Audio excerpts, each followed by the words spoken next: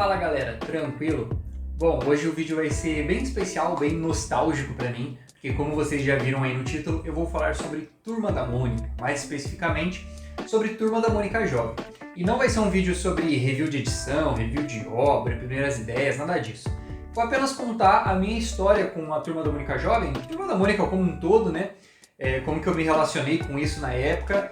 E até pra saber mais de vocês, né? Depois coloquem aí nos comentários como que foi pra vocês, enfim, queria trocar uma ideia com vocês mesmo sobre essa obra que fez parte da minha vida toda, ainda faz, e como isso mudou a minha relação com quadrinhos, com leitura e, no geral, toda a minha vida. E sem mais delongas, bora pro vídeo. Bom, antes de falar da coleção Turma da Mônica Jovem mesmo, propriamente dito, queria fazer um preâmbulo aqui, porque eu sempre falo aqui no canal que eu comecei a ler com Turma da Mônica, mas eu acho que eu nunca aprofundei muito isso.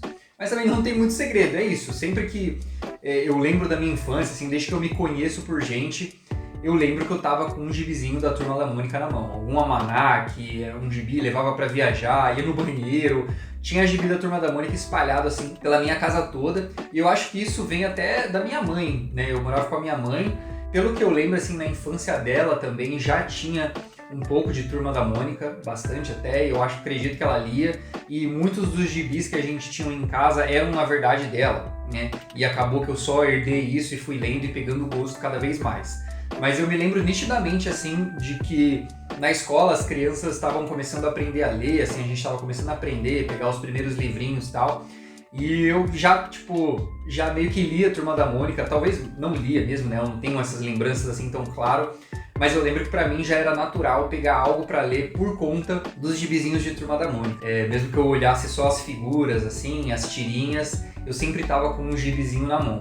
Então isso sempre fez parte da minha infância, até depois, assim, de velho que eu digo, né, depois de pré-adolescência, foi um tema que eu sempre me interessei muito, né, essas histórias mais leves sobre o dia a dia, da turminha e tudo mais. Então foi uma coisa que eu sempre gostei, mas em determinado momento da minha vida isso foi se perdendo aos poucos, principalmente quando eu comecei a descobrir gibis como Marvel e DC e outras histórias assim um pouquinho mais voltadas para o público adolescente, digamos assim, né? Então eu comecei a frequentar sebos com o meu primo, a gente ainda tem, né? Minha avó mora numa casa em Ourinhos, que é aqui no interior de São Paulo, e a gente tinha um sebo muito legal, que eu e meu primo, todas as vezes que a gente passava férias lá, a gente juntava uma grana durante o semestre todo, uma grana tipo assim, sei lá, 20 reais, que pra gente já era muito dinheiro. Aí chegava lá, minha avó dava mais, sei lá, 20 pra cada, a gente levava, sei lá, uns 50 reais pra esse sebo e fazia a festa, assim, porque na época, cada gibizinho da Marvel ali, formatinho, no sebo era acho que R$1,50, R$2, então a gente comprava assim mais de 10 gibis. E a gente comprava sempre gibis diferentes, até mesmo porque no sebo não tinha repetido, né? Mas enquanto a gente estava ali nas férias, um lia o do outro antes da gente se separar, né? E voltar para as nossas casas aqui em São Paulo. Então, foi nessa época que eu comecei, aos poucos, a perder um pouco desse contato com a Turma da Mônica. Porque eu queria ler mais coisas de lutinha, né? Umas coisas mais emocionantes e tudo mais. E eu ainda tinha os meus gibis, eu não dei fim, eles continuavam lá na casa da minha mãe, eu só não adquiria novos gibis, né? E não me interessava muito assim por reler, porque quando eu era pequeno eu sempre ficava relendo as mesmas histórias várias vezes. Tem até algumas histórias que eu lembro até hoje, assim, de tanto que eu li, mas isso foi se perdendo aos poucos e substituído por esses gibis de heróis. Até que isso era por volta, sei lá, de 2006. 2006 eu tinha 8 anos, 9 anos, por aí. Então, basicamente, essa é a minha relação com Turma da Mônica, assim, desde que eu nasci, né? Os gibis sempre estiveram na minha casa, sempre foram muito acessíveis e eu sempre me interessei muito e sempre estava lendo muito, até que em algum momento isso acabou se perdendo, acho que até mesmo por conta da idade, né? A gente vai querendo consumir coisas de acordo com a nossa faixa etária, né? Até que, em 2008, num período de férias também que eu estava passando na casa do meu pai, eu e meu primo, né, estávamos passando férias junto, porque como eu falei, era muito comum, no período de férias a gente sempre se via, esse meu primo, Matheus, um beijo pro Matheus. Então a gente estava passando esse período de férias juntos na casa do meu pai, e eis que ele vira pra mim e fala, cara, você viu que agora tem Turma da Mônica em mangá? Eu falei, em mangá?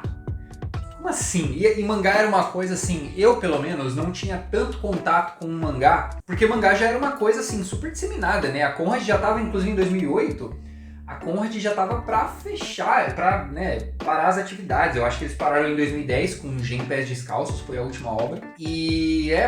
Mas tipo assim, já tinha sido lançado Dragon Ball, Cavaleiros e tal, e eu tinha, acho que algumas edições de Cavaleiros, tinha lido alguma coisa de Dragon Ball, mas no quesito mangá, eu gostava muito mais de assistir os animes do que de ler os mangás. Até mesmo porque eram vários números, um seguido do outro. Minha mãe não podia ficar comprando assim todo mês, né? Nos gibis da Turma da Mônica, comprava esporadicamente, como não tinha uma continuidade, tava tudo bem. Mas na questão dos mangás, por exemplo, eu já perdi o primeiro, já tava, sei lá, no 10, eu não ia fazer minha mãe comprar 10 volumes para eu poder acompanhar. Então mangá, por mais que eu sabia da existência, não era uma coisa que eu consumia tanto, né? Eu não tinha em casa vários volumes de mangá. Eu tinha alguns volumes avulsos que eu lia esporadicamente, aí pegava de um amiguinho e tal, mas era uma coisa assim que eu meio que... Sabe aquilo que você ouve falar, acha muito da hora, mas você não tem?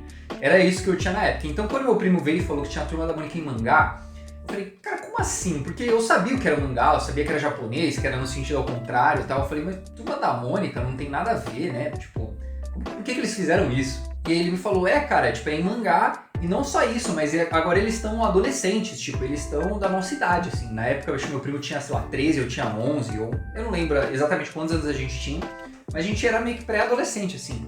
Eu falei, que eles estão jovens? Tipo, aí ele, cara, o Cebolinha tem cabelo, o Cascão toma banho. Eu fiquei, tipo, como assim, mano? Que isso? Tipo, ele falou, e eu trouxe. E aí ele tirou da mochila 4 volumes, os 4 primeiros volumes da Turma da Mônica Jovem. E foi nesse momento que eu tomei contato com essa série e eu vou mostrar esses gibis pra vocês. Então meu primo falou isso e tirou esses 4 volumes aqui da mochila, que são os 4 primeiros volumes de Turma da Mônica Jovem, né? Então esse aqui é o primeiro. Essa capa muito bonita, nunca vou esquecer. E esses aqui, todos esses gibis são da época, tá, galera? É tudo que eu comprei na época. E esse 4, eu lembro que, cara, chamou muito a minha atenção. E a do meu primo também, né? Porque essa época aqui, quando a gente tava, sei lá, na escola e tal, era bem a época que a gente tava começando a gostar das menininhas, tá? Então tinha todo esse negócio de, você já beijou, não beijou, não sei o quê. E aí quando eu vi isso aqui, eu falei, caraca, mano, será que o Cebolinha beijou a Mônica? Será que eles estão namorando e tal? Isso aqui foi uma sacada genial do Maurício, e do Maurício de Souza Produções, né, como um todo, de fazer eles crescerem para acompanhar o público deles, né? E é sobre isso aqui que eu vou falar um pouquinho com vocês, mas antes, vamos entrar nos meandros aqui de por que é mangá, né? Porque isso aqui não é de fato um mangá, mas é no estilo mangá. E eles até colocam aqui, né, em estilo mangá. Eu vou abrir aqui no saquinho para mostrar para vocês com mais detalhes, mas eu vou acrescentar alguns inserts aí também para vocês verem. Então, galera, esse meu volume 1 aqui, ele tá bem amarelado, ó, tipo, muito amarelado mesmo, porque na minha antiga casa, quando eu morava na minha mãe, os meus gibis ficavam num nicho de madeira e pegava sol, e aí, por ser madeira, pegar sol e ele era num nicho fechado, então arregaçou todos os meus gibis que eu tinha lá na época e eles não estavam em saquinho nem nada, mas assim, eu não ligo muito, é só que amarelou legal, assim, né? Mas então o que acontece? Qual foi a sacada aqui do Maurício? Foi duas coisas, como eu já falei. A primeira foi fazer eles crescerem juntamente com o público deles. Então aqui a gente vê a Mônica e o Cebolinha e a gente se reflete neles, né? Porque eles, na época, eles tinham a nossa idade, basicamente, né? Então estavam no ensino médio ou entrando no ensino médio, algo assim. Então era uma coisa que a gente conseguia se relacionar muito. As temáticas também mais jovens e um pouquinho mais... Quando eu digo jovens, mais adultos do que uma criança. Né? Então um pouco mais jovens, que também conversavam com o público-alvo na época. E o estilo mangá era basicamente o traço mangá, porque a leitura era no sentido ocidental, então a gente não lia de trás para frente, tanto que a primeira página, a última página aqui, era a Mônica avisando que não se lia de trás para frente, e sim no sentido normal, como hoje a gente tem nos mangás, falando que o sentido de leitura não é ocidental, e sim oriental, de trás para frente, né? E o traçado aqui com os olhos bem grandes, né? O uso aqui de rachuras, né? E, enfim, técnicas de mangá mesmo para mudar o traço, justamente porque nessa época mangás estavam muito em alta, com a chegada aí de Naruto, Bleach, os animes que passavam. Então o Maurício fez a junção dessas duas estratégias, né, de fazer eles crescerem e pegar um traço que estava muito em voga na época, e isso aqui simplesmente explodiu, galera. Vendeu, pelo que eu lembro, assim, pelo que eu sei, vendeu muito, muito, muito mesmo. E essas 4 primeiras edições, que são essas 4 aqui, são um arco fechado. E é um arco meio cósmico. Então a turminha ela viaja para outros mundos. Aqui ó, tem robô gigante, tem uma parada meio de RPG assim. Então isso também foi outra sacada que o Maurício teve, porque ao expandir o universo, não só para eles jovens e também para o traço de mangá, expandiu-se também os assuntos que poderiam ser falados na revista. Porque quando a gente tinha a Turma da Mônica criança, né, a turminha mesmo, eram muitos ali contos, né, crônicas do dia a dia. Então tinha o bairro do Limoeiro ali, que era aquele núcleo, todas as histórias se passavam naquele núcleo e eram todas histórias meio que engraçadas do dia a dia, contando algo que tinha acontecido ali no dia da turminha. Raramente a gente tinha uma saída ali de ambiente para outros mundos ou coisas diferentes. E no Turma da Mônica Jovem o Maurício começou a fazer isso, o que agradou muita gente, porque eu mesmo, na época, como eu gostava de anime, essas coisas, eu adorei essa mudança de tom e essa possibilidade de ter monstro, de lutar, Cebolinha com arco e flecha, Cascão elfo, sei lá, nem lembro direito dessa história aqui. Mas, isso chamou muita atenção, mas também desagradou um pouco outros públicos, como por exemplo meu primo, que gostava muito das histórias do dia a dia. Mas o Maurício continuou fazendo histórias do dia a dia, tanto que o volume 5, vou pegar aqui pra vocês. O volume 5 nada mais é do que pequenas histórias, tanto que aqui o subtítulo é As Aventuras do Dia a Dia. Então, isso aqui fez muito sucesso para todos os públicos e durante muito tempo, justamente porque o Maurício poderia falar de qualquer coisa, qualquer tema. Tanto que, mais pra frente, em algumas edições, o Maurício começou a linkar com coisas da cultura pop que estava em voga na época e começou a aplicar, meio que parodiar com as edições da Turma da Mônica Jovem, como por exemplo Death Note. A gente tem uma edição de Turma da Mônica Jovem onde o Cebolinha ganha meio que um caderno do riso, né? Contrastando aí com o caderno da morte do Death Note. Vou pegar essa edição para vocês verem também. Então, ó, eu trouxe essa edição aqui, ó, o caderno do riso. Como eu falei, é meio que uma paródia aí do Death Note. A gente tem também aqui, ó, No País das Maravilhas, claramente uma referência aqui a Alice no País das Maravilhas, mas tem também histórias aqui, ó, como por exemplo essa Conta Comigo, que como eu falei, são histórias do dia a dia. Então o Maurício começou a mesclar esses dois tipos de histórias, né? Histórias mais cósmicas, mais aventurescas aí pra galera que curtia uma parada mais diferente, e histórias ali mais do dia a dia pra gente que gostava só de ler a Turma da Mônica pra se divertir, dar uma risada, ver uma atrapalhada ou outra de algum personagem. E esse foi outro quesito também que o Maurício trabalhou muito, que foi de fato desenvolver os personagens, né? Então a gente começou a ver os namoros de fato, né? Que, por exemplo, o Cascão e a Cascuda, quando eles eram crianças, você meio que sabia que eles iam ficar juntos, até porque os nomes são, né, iguais, o Maurício fez propositalmente isso, mas meio que não tinha uma confirmação. E aí no Turma da Mônica Jovem veio isso. E aí a Magali e o... Putz, esqueci o nome do padeiro agora, do filho do padeiro, né? Mas enfim, o Franjinha e a Marina. Então a gente teve esses desenvolvimentos de personagem, não só nessa questão romântica, mas em todas as outras questões também, que na Turma da Mônica, na turminha, a gente não tinha tanto, né? Não tinha um desenvolvimento de personagem, justamente porque eram contos ali do dia a dia.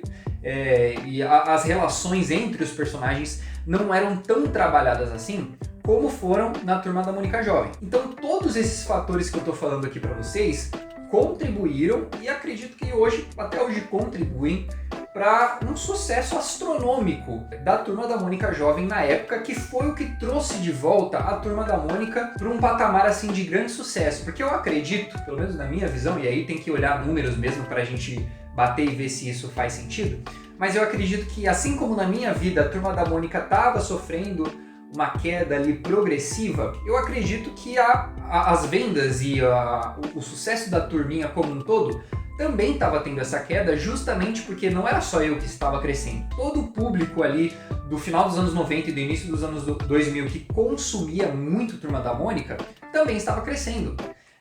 Claro que, né, as gerações mudam e muito provavelmente uma nova geração começou a ler Turma da Mônica também, mas eu acho muito mais que eles começaram por aqui do que pela turminha, ou começaram também pela turminha e migraram, enfim, como eu falei, tem que fazer um estudo mais aprofundado, mas eu acredito piamente de que Turma da Mônica Jovem deu uma guinada grande para a franquia Turma da Mônica como um todo, e não só isso, abriu outras portas, porque assim como Turma da Mônica Jovem abriu esse leque de assuntos e de temas para tratar, talvez o pessoal do Maurício de Souza Produções tenha falado, poxa, aí tem uma coisa legal, e eu acho que o Turma da Mônica Jovem foi uma germinação do que hoje a gente tem no MSP Graphic, que são histórias, né, trabalhadas por artistas e roteiristas diferentes, mas que podem tratar, claro, respeitando o cânone do Turma da Mônica, podem tratar do assunto que eles quiserem. Né? Então eu acho que isso abriu portas para outros tipos de traço na Turma da Mônica, outros tipos de história,